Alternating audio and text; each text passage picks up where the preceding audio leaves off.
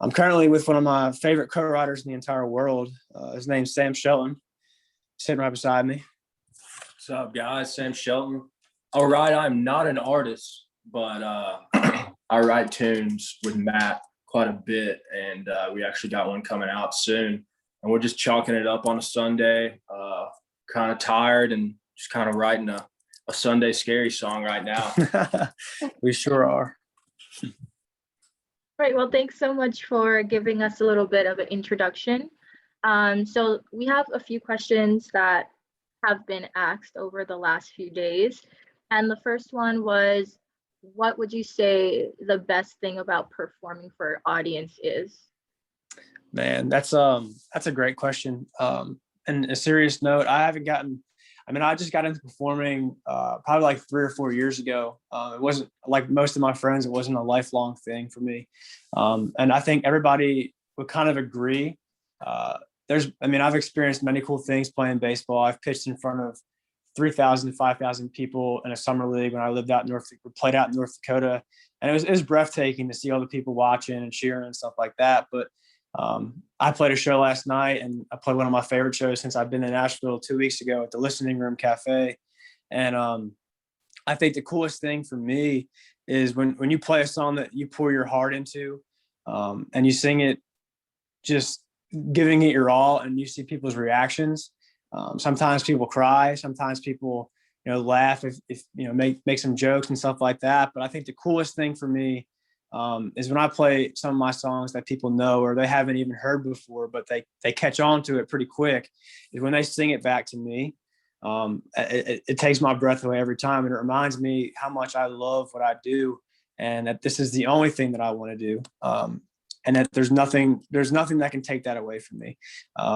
Is the fact that when I'm singing a song that I sat in a room with, like I am right now with my buddy, and we chalked up a song in 3 to 4 hours, pouring our hearts into it, and I get to play it for people with just the guitar, with the band, and they eat it up and they love it. When they sing it back to you, it kind of just really reminds you that this is why you do what you do. It's pretty cool. Oh, that's amazing. I know, like, a lot of people say music is an industry that you have to love because most of the time it doesn't pay.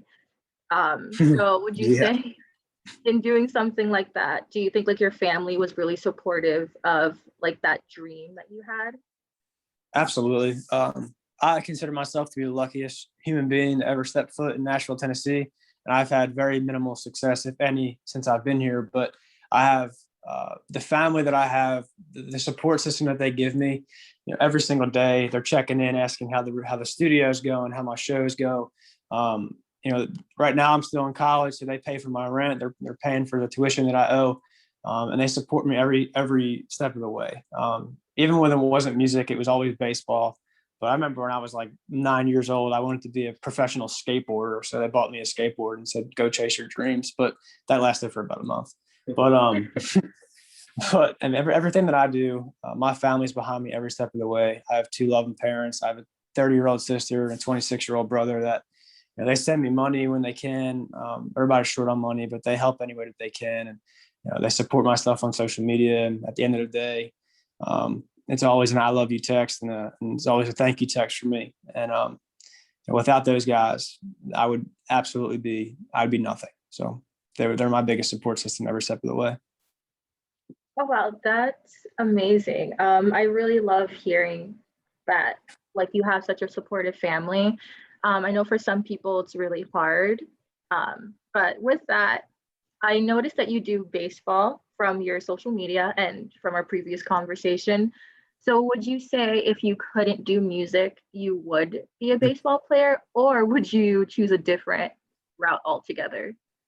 Well, I think everybody that plays college baseball would say that they once in their life aspired to play professional baseball, even people that were younger. When I was younger, I was pretty much the same size that I am now, so I was always kind of bigger than everybody, and I was pretty good. My high school years were great, and I wanted to be a professional baseball player. That was all I wanted to do, so that's all I dedicated my time to. I didn't even think about a plan B.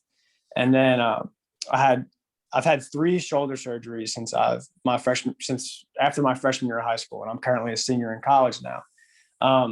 So as much as I love baseball and as much as I love going out and practicing each day and playing with the guys, playing on TV, it's amazing. It's an absolute amazing experience. But um, there's only so much that a human body can kind of withstand. And each day I play, something different hurts.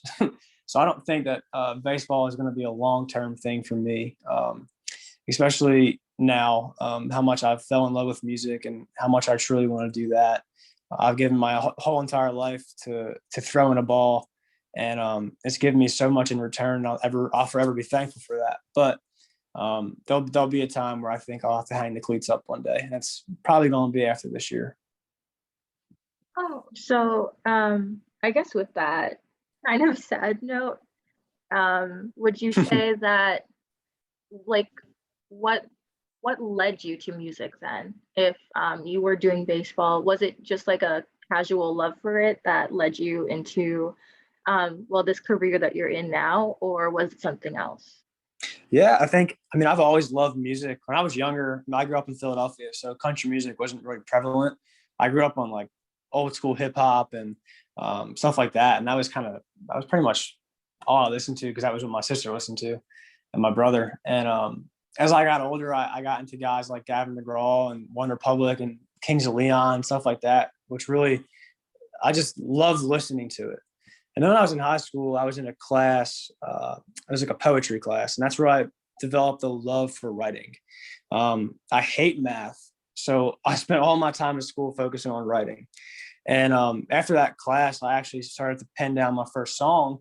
And I mean, I played the guitar since I was in second grade, but I was never really that good at it.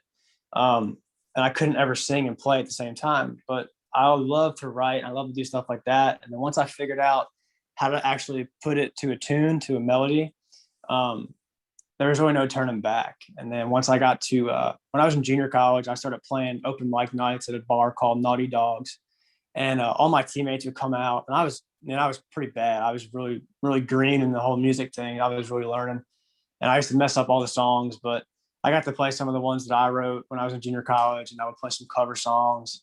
And I feel like ever since then, I knew that if I kept working at it, that I would eventually be able to do some cool things with it. But it just comes from the love. I could probably in the next few years be living in a van, but if I'm making music and working with people that I love, then I would consider myself to be happy. Music, there's, like you said, there's not much money in music unless you know, make it. But if you truly love it, you don't look at it as work. You know, that's what my dad used to tell me, that if you love what you do, then you don't work a day of your life. So that's for me. That's all it is. It's all love, really. So, with like what your dad said, do you think that's something you would tell a younger version of yourself to like follow your dreams? Because I know in society it's really easy to kind of do whatever would make us the most money or whatever like people like mainly like parents or family members would kind of encourage you to do. So, would you give that advice to yourself when you were growing up? Absolutely. Truthfully, the things that my parents taught me when I was growing up, I would reiterate if I'm lucky enough to have kids one day, I would raise them the same way. My parents are so supportive to the fact that I could literally, like I said, when I was 9 years old, I wanted to be a skateboarder, and they bought me a skateboard, and they say, go chase your dreams. And I wouldn't change a thing about my life. It wasn't always easy. It still isn't always easy. It never will be always easy. But the way that they kind of brought me up was to just really appreciate the little things. And it sounds cliche, and I know I have a song called Little Things, but that's where that song kind of comes from, is all the little things that I was raised on. And that how I feel like I've turned out to be a very happy individual with the way that I live my life. And it goes back to all the things that my parents taught me growing up and how they raised me. And just kind of stuff like that. And I would absolutely, if I had a chance to talk to my younger self, I would just be like, buckle up, dude. It's going to be a bumpy road, but you're going to be happy in a few years. And I wouldn't change a dang thing. Yeah, I think of all your songs, Little Things has been my favorite. I listen to it a lot. So, Thank you. so I that was appreciate it. really cool. Um, so I guess our last like big question is I'm trying to word this properly, but this is like a really easy question anyway. So the question that they wanted to know is Are you going to be releasing more music anytime soon or anytime this year? I am. So I'm actually, and I'm going to need some help from whoever's listening. And if they have some recommendations, that would be great. But I'm actually releasing a song April 27th with my buddy Sam Shelton next to me. We wrote it together with a girl named Megan Ashley. And it's a song called 4 Years. And it's all about that stuff you go through in college that kind of you look back on and you work your butt off in the classroom. And there's so many things that you kind of learn outside of school that probably mean more in life. And it's a fun, upbeat, kind of a party song idea, wouldn't you say? Yeah, it's a party song, no doubt, but it also has like, I mean, it honestly has a really good message to it, and it's one of my favorite songs we've written, no doubt. Probably my favorite. Yeah, it's y'all hear it. It's a different vibe, but it's cool. It's kind of like I mean, I'm Irish, so I I like the Irish kind of like pub theme type thing, and we kind of incorporated that with a little bit of country music, and we came up with a song. And my producer Will Garrett, he crushed it in the studio, and I'm excited for you guys to hear it. But even cool on a cool note, that's going to be the name of a tour that I'm going to be going on through September through November, and it's going to be all the colleges. So we're going to try and hit Tuscaloosa, Florida State, Auburn, Georgia. I'm from Pennsylvania, so if I can get up to Penn State, that would be great. And if there's places up in Boston or wherever you're listening, if there's a college that we can come out and play the tour or whatever you guys want to hear, let me know and we'll try to get it on the schedule and come out there. But I'm excited for it. So that's the next one coming out. And then I might be releasing a cover of a Gavin DeGraw song called Not Over You sometime in the summer or maybe a little bit in the fall. But as of right now, that's the only two big plans. Oh, that's amazing. I think the tour especially sounds really, really cool. And I think I will bring it up to our station director because I think that could be something that is really fun. Yeah, I would love. I've As been to for our Boston one Florida, time. oh What's yeah, that? it's really nice. I was gonna say, as for our Florida listeners, if you're listening and you go to Florida State, you should definitely keep an eye out. Or Gainesville or any other school in Florida that wants to have a good time, just let me know. We'll calm down. Since you are here with your co-writer, I did want to just like involve him a little bit more Yeah. and ask about like songwriting and like how do you use songwriting? Do you use it as like a term of expression or is it just something you do for fun? Both. I think in the country world a lot of times it depends on what kind of song you're writing. Sometimes you're going to write a song for to like express like something you feel, like whether it's down, like you're down or something, and like you just need to get it out, and the best way to do it is through a song. And then other times you're just like, I just want to hear something that makes me feel good, and it's more about how the song sounds. But at the end of the day, I mean, yeah, you have to be tapped into your emotions to write a good song, like just simply in terms of like the lyrics and like, melody. I produce and stuff, and I play a lot of instruments, and I'm more on that realm of things, is more on the music side. But like the melodies, I love like coming up with melodies, and having really strong melodies is awesome. But what's the best is when you have really strong lyrics that mean something to you. It doesn't really matter what the melody is, the lyrics speak for itself. So to answer your question, I'd say it's both. But yeah, at the end of the day, it's really about tapping into the emotion, and it's kind of like a therapeutic thing. I think most songwriters would say that too. The best songwriters tap into their emotions and bring those into material through song. All right. Well, that was really, really, I think, really beneficial, especially for any of our music lovers out there who may struggle with songwriting. So I guess to end, I did want to ask this to both of you, but it doesn't have to be a song you've written. It can be if you want, but what is a song that I guess really speaks to you at the moment? It doesn't have to be old, it could be new. Good question. Good question. That's a tough question. Let me think. Yeah, that's a thinker. Hold on. Man, song that really speaks to me. Okay, here it is. This is. I wouldn't really say that it's my favorite personal song, but I get a text every single morning from my mom, and she always says, "Be humble and kind." And she makes a joke out of it, but one day she's like, when I die at my funeral, I want you to sing "Humble and Kind" because that's the one thing she always tells me. And Tim McGraw, it's his song. It's called "Humble and Kind," and I think the lyrics in that song, they mean so much to, I mean, anybody that listens to it and really has an ear for it and wants to pay attention to what it says.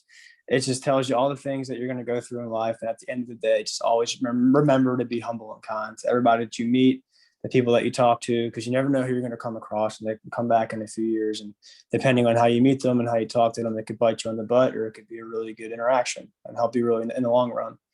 So for me, that's definitely it. It's going to be "Humble and Kind" by Tim McGraw. Thanks to my mother. How about you? I'm going to go with "Good Days" by SZA. I heard that song the night it came out, and it was like 2 a.m. on a Friday, I think, or Saturday or something. And I heard that song and I was blown away and just had it on repeat, and I'd continue to have it on repeat. I love everything. First of all, I love SZA. She's insanely good.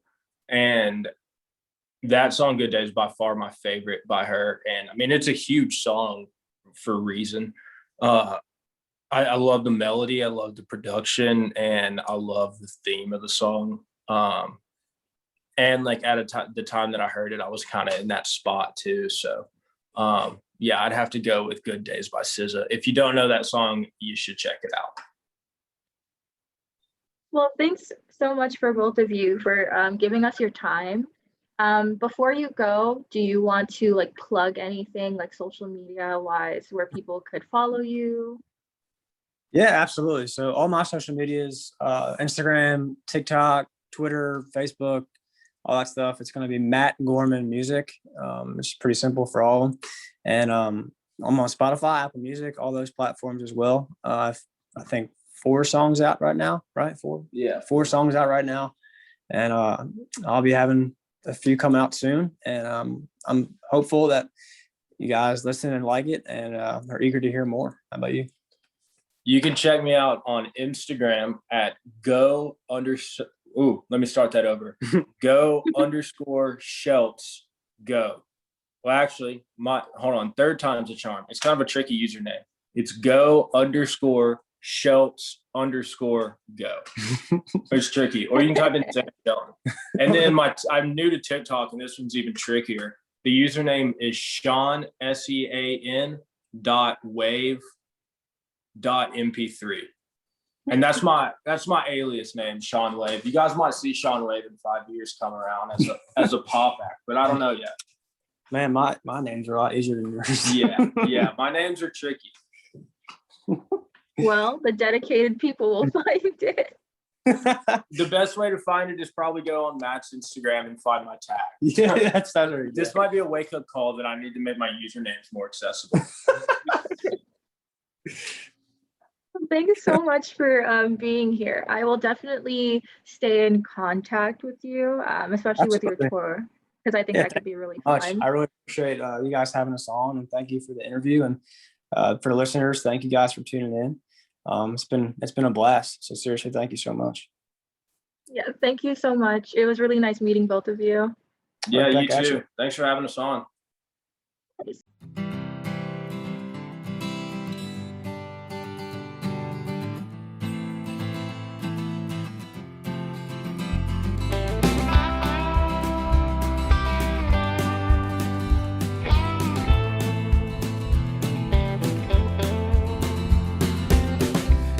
Up in the morning, stumbling down the street from the night before. Never did I question why the door was locked. They didn't want me there. The smell of the drinks and the cigarette smoke lingered off my breath as I spoke. No, without you I was nothing, just a soul far away, just a distant memory that only haunted me, just a shadow in the dark, trying to find a way. I'm just trying to find my way back to you, but I'm stumbling through memories and times I had with you. It's a cold and lonely world out there, and I know you hear me, dear God. Please help me find my way, my way back to you.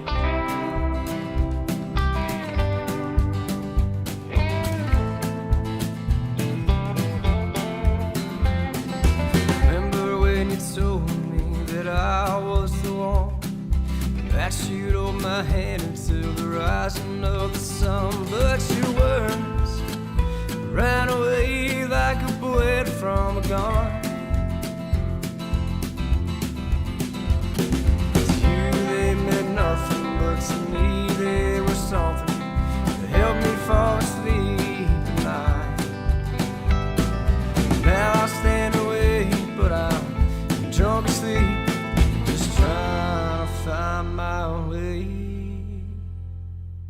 I'm just trying to find my way